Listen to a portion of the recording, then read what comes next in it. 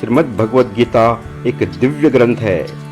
गीता किसी वाद विवाद को लेकर नहीं चली। गीता का मुख्य लक्ष्य यह है कि मनुष्य किसी भी वाद मत सिद्धांत को मानने वाला क्यों ना हो, उसका प्रत्येक परिस्थितियों में कल्याण हो जाए। वह किसी भी परिस्थितियों में परमात्मा प्राप्ति से वंचित न रहे, क्योंकि जीव मात्र का मनुष्य योनि में जन्म केवल अपने कल्याण के लिए ही हुआ है। संसार में ऐसी कोई भी परिस्थिति नहीं है जिसमें मनुष्य का कल्याण न हो सके। दोस्तों, हम इस वीडियो में अध्याय 2 श्लोक 47 की चर्चा करेंगे। इस ज्ञानवर्धक वीडियो में हम भगवान श्री कृष्ण की अनमोल शिक्षाओं पर प्रकाश डालते हैं, जो कर्म, कर्तव्य और कर्म की सच्ची भावना पर आधारित है।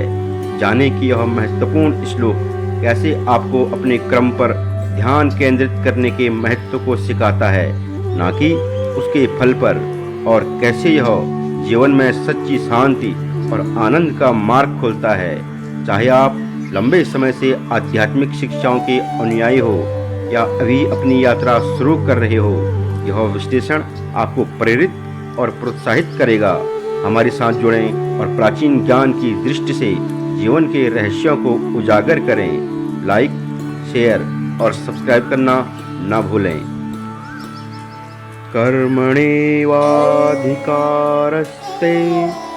मा फलेषु कदाचन मा कर्मफल हेतुर्भुर् मा ते संगो सत्कर्मणि। भगवान श्री कृष्ण कहते हैं, हे अर्जुन, तुम्हें केवल कर्म करने का अधिकार है, उसके फल पर कभी नहीं। कर्म के फल को अपना उद्देश्य मत बनाओ और न ही कर्म न करने में तुम्हारी आसक्ति हो। हे अर्जुन, प्राप्त कर्तव्य कर्म का पालन करने में ही तेरा अधिकार है। इसमें तू स्वतंत्र है, कारण कि मनुष्य कर्म योनि है। मनुष्य के सिवाय दूसरी कोई भी योनि नया कर्म करने के लिए नहीं है। पशु पक्षी आदि, जंगल और वृक्ष लता आदि स्थावर प्राणी नया कर्म नहीं कर सकते। नरक आदि में भी जो जीव होते हैं, वे भी भोग योनि होने के कारण अपने दुष्कर्मों का फल भोगते हैं। वे भी नया कर्म नहीं कर सकते।